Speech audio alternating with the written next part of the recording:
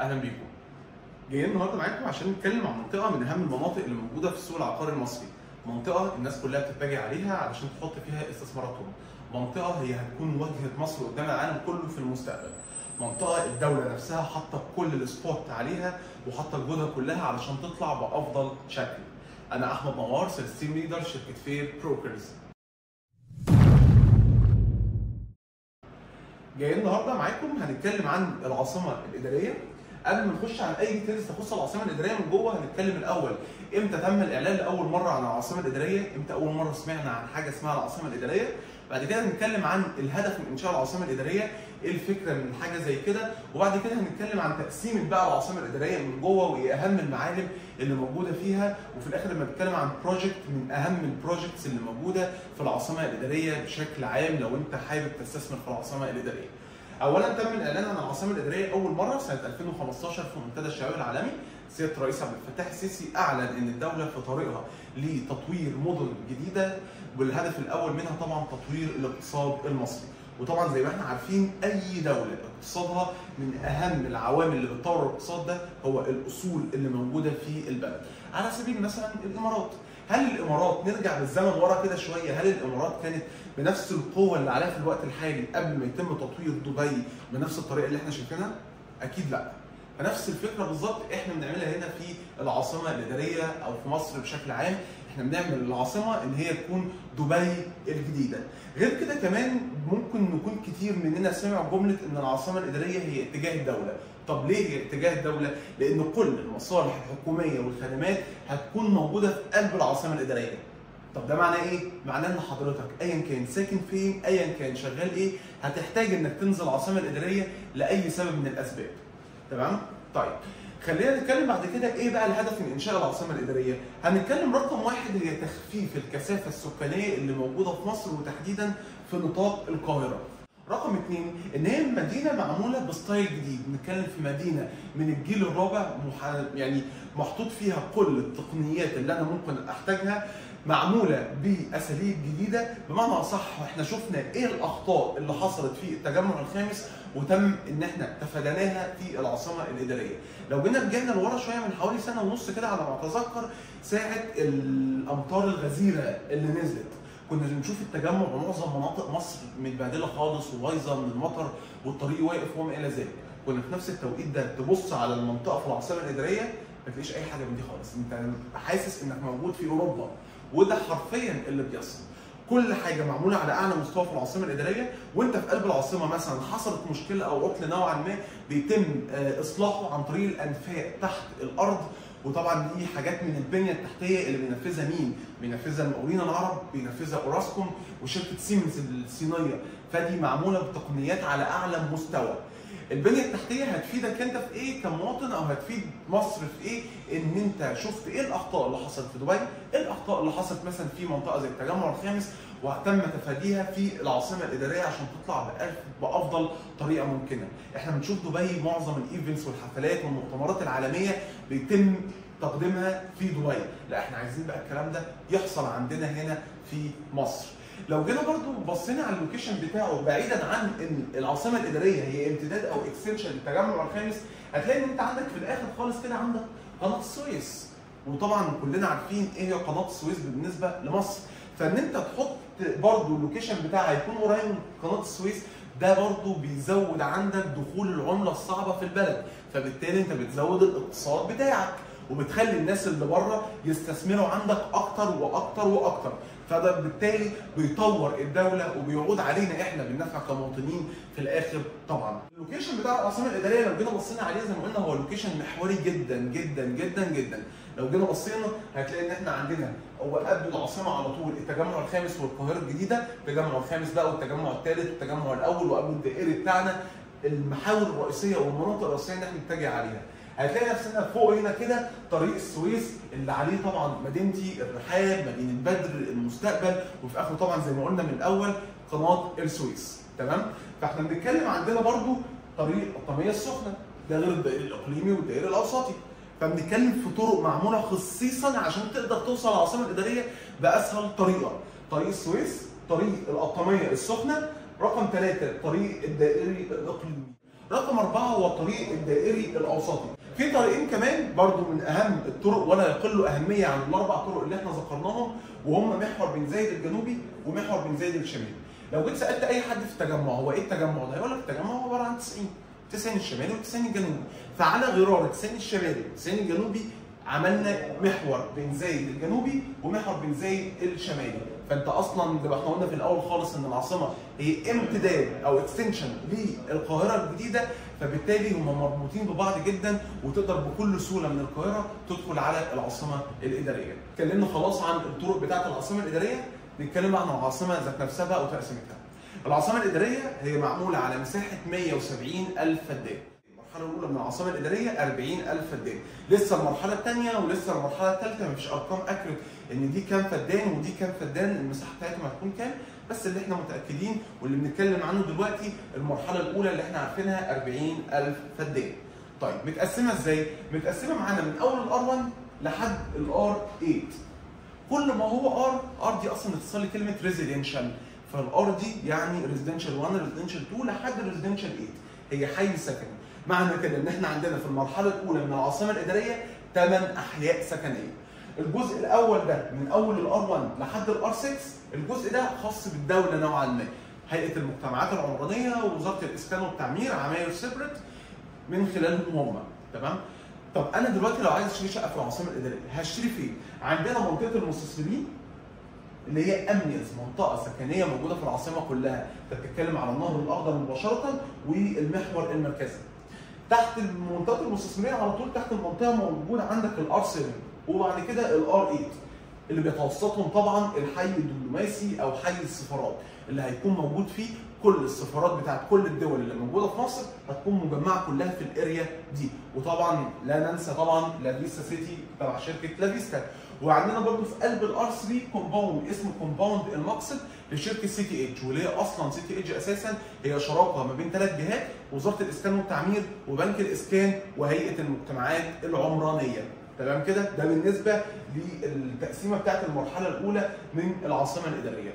نتكلم دلوقتي عن اهم المعالم. طبعا احنا لسه ما اتكلمناش عن الداون تاون وعن الحي المالي لان ديت هنتكلم عليها بالتفصيل كمان شويه. اتفقنا ان العاصمه الاداريه هي اتجاه الدوله وجهه مصر في المستقبل، مش برضو من ضمن اهدافها برضو استجذاب جذب السياحه لمصر اكتر، زي عندنا منطقه مثلا في قلب النهر الاخضر.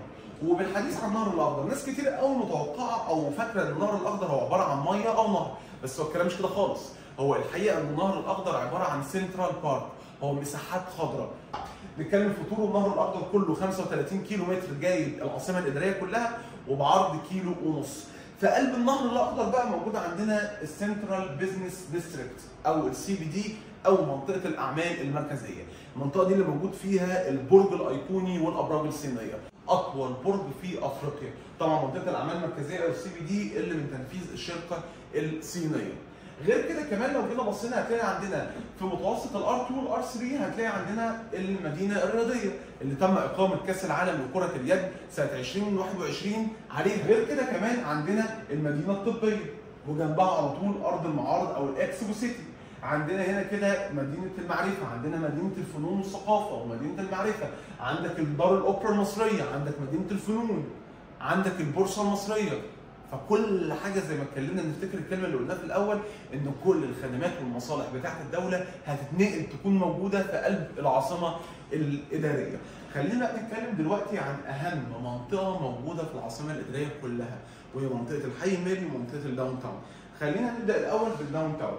الداون تاون يعني بنتكلم في اكبر مجمع تجاري هيكون موجود في مصر على مساحه 1364 فدان. طبعا كلنا عارفين وسط البلد وبننزل وبنروح وسط البلد. داون تاون العاصمه الاداريه او وسط البلد بتاعت العاصمه الاداريه هتكون مختلفه بشكل نهائي وغير تماما وسط البلد اللي احنا عارفينها. احنا وسط البلد اللي احنا عارفينها غير دي خالص، انت بتتكلم في 1364 فدان، يعني احنا بنتكلم زي ما قلنا في الاول اكبر مجمع تجاري هيكون موجود في مصر، تمام؟ بس متقسمه، كل حاجه موجوده معروفه دي بتاعت ايه. يعني لو جينا بصينا عن اللوكيشن الاول اصلا بتاعت الداون تاون هنعرف ان هو لوكيشن محوري جدا. انت عندك الداون تاون اهي، عندك هي على محور بن زايد الشمالي مباشره وعلى طول على النهر الاخضر، تمام كده؟ زي ما قلنا ان هي متقسمه. طب الالوان دي عباره عن ايه، ولا الحاجات دي عباره عن ايه في العاصمه الاداريه وفي الداون تاون خصيصا؟ تعال نمتحها واحده واحده. عندك الجزء ده كده، الجزء ده جزء خاص اسمه حي الازياء والموضه. اكيد يعني عارفين شارع الشانزليزيه اللي موجود في باريس، هو موجود كله حاجات وشركات تخص الازياء بقى والموضه والحاجات اللي زي كده، فهو ده يعتبر هيبقى شبهه تماما، حي الازياء والموضه. الجزء ده كده اسمه حي التراث والفنون. حي التراث والفنون هي برضو منطقه حاجه زي مثلا زي المتاحف الاثريه نوعا ما، ده غير طبعا ان احنا عندنا هنا يعتبر في قلب النهر الاخضر المتحف الجديد. ولكن خلينا نتكلم الاول في الداون تاون ذات نفسها. قلنا حي الازياء والموضه وحي التراث والفنون، برضو حاجه سياحيه. بعد كده عندنا الجزء ده كده مسجد مصر، اكبر مسجد موجود في افريقيا، او تاني مسجد موجود في افريقيا، اول او تاني مسجد موجود في افريقيا. تمام كده، مسجد مصر. فوق على طول عندنا ساحه الشعب، ساحه الشعب اللي هيكون موجود فيها اطول ساري علم في العالم. تمام. وجنب مسجد مصر على طول هنلاقي عندنا الجزء ده كده سوق الذهب. طبعا الجزء ده انا ما نسيتوش بس هنرجع له بعدين شويه. تمام. عندنا الجزء ده كده ده جزء خاص، سيكتور ده خاص بايه؟ خاص بشركات البترول، شركات البترول. والجزء اللي جنبه على طول ده خاص بشركات الكمبيوتر. جزء خاص بشركات البترول وجزء خاص بشركات الكمبيوتر. والجزء ده كده خاص بشركات التأمين. وفوق على طول شركات الكمبيوتر هتلاقي عندنا الداتا سنتر او مركز التحكم بتاع العاصمه الاداريه. عندنا الجزء ده كده ده حي الادويه، شركات الادويه، كل قطاع سيكتور لشركات معين دي منطقه خاصه في قلب الداون تاون. ادي شركات البترول، وعندنا هنا شركات الكمبيوتر، شركات التامين، شركات الادويه، والداتا سنتر بتاعه العاصمه الاداريه. وفي اكتر مثلا عندنا الجزء ده كده ده منطقه خدميه في قلب الداون تاون، وبرده الجزء ده فيه منطقه خدميه للداون تاون، يكون مثلا موجود فيه بنزينه، الحاجات اللي زي كده يعني. تمام؟ طيب ده الحاجات، كل الحاجات اللي احنا اتكلمنا عليها دي حاجات تابعه للدوله. الدوله هي اللي بتنفذها وهي اللي بتعملها. تمام؟ الحاجات اللي بعد كده اللي هنتكلم عنها دلوقتي اللي احنا ما اتكلمناش عنها دي كلها بقى حاجات عباره عن مولات تجاريه خاصه بشركات تطوير عقاري. مولات تجاريه خاصه بشركات تطوير عقاري، اقدر انا استثمر في المنطقه دي كمحلات تجاريه او مكاتب او عيادات او حتى شقق فندقيه. تمام كده؟ عندنا الجزء ده كده اسمه الحي الاداري. الحي الاداري اللوكيشن بتاعه اصلا قدام البرلمان على طول، لان احنا عندنا الطريق ده، الطريق اللي فوق الداون تاون على طول ده اسمه رود 11. ايه هو رود 11؟ رود 11 ده هو شارع او طريق بيفصل ما بين الداون تاون والحي المالي. احنا عندنا الحي المالي فوق الداون تاون على طول وهنتكلم عنه باستفاضه دلوقتي ان شاء الله. فاحنا عندنا قلنا الحي الاداري، فالحي الاداري ده حاجه متخصصه في الاداري وهي باينه من اسمها، هي منطقه عباره عن 27 فدان، كل المشاريع اللي موجوده فيها اداريه. ارتفاع الادوار فيها ارضي و8 ادوار، ارضي و8 ادوار كله اداري. يعني انا المنطقه دي ما اعرفش اشتري فيها محل تجاري، ما اعرفش اشتري فيها عياده طبيه، ما اعرفش اشتري فيها شقه فندقيه، هي شركات، هي مكاتب اداريه فقط. حتى كل المشاريع اللي موجوده هنا هي تحت مسمى بزنس كومبلكس في الحي الاداري. نتكلم بعد كده عن منطقه التنزه والتسوق. حي التنزه والتسوق او منطقه الشوبنج اريا هي كلها مولات تجاريه فقط. ارتفاع الادوار في المنطقه دي ارضي و5 ادوار، هي منطقه على مساحه 35 فدان، كل اللي موجود فيها عباره عن محلات تجاريه. على عكس المنطقه دي الحي الاداري قلنا ان هي مكاتب، لا دي محلات بس. هنا ما اعرفش اشتري مكتب، ما اعرفش اشتري عياده، ما اعرفش اشتري شقه فندقيه، محلات فقط لا غير، سواء كان بقى فود اند بافرج في الجراوند فلور او ممكن ابص على حاجات الريتيل او الفود كورت. نيجي بعد كده لمنطقه الابراج السياحيه. شريط الابراج السياحيه او خط الابراج السياحيه او الابراج السياحيه على طول. دي عباره عن ايه؟ دي عباره عن ابراج، بخلاف المشاريع دي كلها ابراج بتبدا معانا من ايه؟ شايفين اول بوينت هنا كده، اول مشروع ده ارضي و20 دور. بيبدا يطلع معانا ارضي مثلا ارضي و20، ارضي و25، ارضي و30، 35 لحد ما نوصل في النص هنا كده ارضي و50 دور. وبعد كده نبدا ننزل تاني لحد ما نوصل لاول قطعه هنا كده ارضي و20. فانت هتلاقيه بيبدا معاك، هتلاقيه من اليمين او من الشمال بيبدا بارضي و20، يبدا بيطلع كده بشكل تدرجي لحد ما يوصل في المشروع اللي في المنتصف ارضي و50، بعد كده بيرجع ينزل تاني لحد ارضي و20 بطريقه هرميه كده. تمام؟ دي بقى ايه موجود فيها كل بقى حاجه، دي عباره عن ميكس يوز بقى، كل تاور من التاورز اللي موجوده هنا موجود فيه بقى تجاري، موجود فيه اداري، موجود فيه طبي، موجود فيه سكن فندقي، على حسب الديزاين وتقسيمه المشروع نوعا ما. واحنا كده كده هنعمل الفتره اللي جايه سلسله فيديوهات هنوضح فيها ايه افضل المشاريع اللي انا ممكن استثمر فيها، سواء كان هدفي الاستثمار البحت او التشغيل. مثلا انا عندي نشاط معين كمحلات وعايز افتح له نشاط مثلا في العاصمه او حتى في التجمع، عايز اشتري شقه سكنيه، كل ده هنقدر ان احنا نوفره لكم خلال الفتره الجايه ان شاء الله. هنعمل سلسله فيديوهات وهتكون فيديوهات لايف من ارض الواقع، هنكلمكم واحنا في قلب المشروع اللي احنا بنتكلم عليه، هنوضح لكم كل مميزات وعيوب المشروع ده، علشان لو انت بتفكر تستثمر او تشتري وحده عقاريه تبقى عارف ايه افضل الاوبشنز اللي انت ممكن تبص عليهم في العاصمه او حتى في التجمع او في اي منطقه ثانيه. ما فاضلش معانا غير البوينت بقى ايه الجزء اللي في النص ده كده. دي عباره برضو عن ايه؟ دي عباره عن مولات برضو ميكسد يوز، تجاري اداري طبي. الجزء ده كده اللي هو دي السنترال بارك بتاعت الداون تاون، الجزء اللي فوق الابراج السياحيه على طول اللي هو باللون الاحمر ده، دي عباره عن مولات بارتفاع ارضي و14 دور، ارضي و14 دور. والمولات اللي هي باللون الاورنج دي ارضي و10 ادوار، واللون الاصفر ده ارضي و12 دور. ده بالنسبه لمنطقه الداون تاون في العاصمه الاداريه. طيب خلينا نتكلم دلوقتي عن منطقه الحي المالي. وزي ما قلنا ان منطقه الداون تاون هي اهم منطقه تجاريه واكبر مجمع تجاري هيكون موجود في مصر كلها. نتكلم برضو ان منطقه الحي المالي هي اهم منطقه اداريه هتكون موجوده في العاصمه الاداريه وفي مصر، اهم منطقه واكثر منطقه هيكون عليها ترافيك من حيث الشركات خاصه المالتي ناشونال، لان احنا بنتكلم في اكثر منطقه لوجستيه في مصر كلها. طب ليه الكلام ده كله؟ الاول احنا اتكلمنا ان احنا فوق الداون تاون على طول في طريق اسمه رود 11، واتكلمنا ان رود 11 ده بيفصل ما بين الداون تاون وما بين الحي المالي. عندنا تحت هنا الداون تاون وفوقها على طول الحي المالي، بيفصلهم بالظبط طريق اسمه رود 11. طيب الحي المالي بقى عامل ازاي؟ الحي المالي بينقسم قسمين، الجزء ده كده اسمه الحي الحكومي، والجزء الثاني اللي جنبه ده اسمه الحي المالي. ومن الاسماء اعتقد استشفينا نوعا ما ايه اللي موجود هنا وايه اللي موجود هنا. عندنا هنا في الحي الحكومي موجود عندك كل ال 34 وزاره كلهم مبنيين اوريدي، وعلى فكره هم اوريدي بنسبه تتخطى ال 90% هم اوريدي شغالين من دلوقتي في قلب العاصمه الاداريه. وعندنا الجزء الثاني موجود الحي المالي، موجود بقى فيه البنوك كلها، من ضمنهم 14 بنك اول مره يكونوا في مصر هينزلوا لاول مره في منطقه الحي المالي. فاحنا عندنا هنا كل البنوك، وعندنا كمان مجلس الوزراء، والجزء اللي تحت هنا موجود فيه طبعا غير ساحه الشعب منقسمه عندك معاك برضه جزء منها في قلب الداون تاون. عندنا هنا البرلمان وعندنا مجلس الشيوخ وهنا كده رئاسه الوزراء. والجزء ده الحي المالي اللي موجود فيه كل البنوك وموجود فيه البورصه المصريه في الجزء ده كده بالظبط البورصه المصريه. وعندك هنا طبعا البنك المركزي وجنبه على طول بنك مصر والبنك الاهلي، وفوقهم بنك CIB وجميع البنوك الثانيه زي بنك قناه السويس والQNB وما الى ذلك. تمام؟ عندنا هنا كده الطريق ده كده زي ما الطريق ده قلنا ان هو رود اسمه رود 11 بيفصل ما بين الداون تاون وما بين الحي المالي. الطريق اللي فوق هنا كده عندك ده المحور الرئاسي. المحور الرئاسي ليه؟ لانك فوق الحي المالي على طول موجود عندك الحديقه الرئاسيه وفوق على طول القصر الرئاسي. فانت كل الخدمات بتاعت الدوله اللي منتشره في انحاء مصر كلها بقت موجوده عندك في منطقه واحده اسمها الحي المالي او الحي الحكومي. كل الوزارات موجوده، البورصه المصريه، مجلس رئاسه الوزراء، البرلمان، مجلس الشيوخ، وفوقهم على طول القصر الرئاسي. علشان كده احنا بنتكلم ان هي اهم منطقه لوجستيه واداريه هتكون موجوده في نطاق مصر كلها، مش بس في قلب العاصمه الاداريه.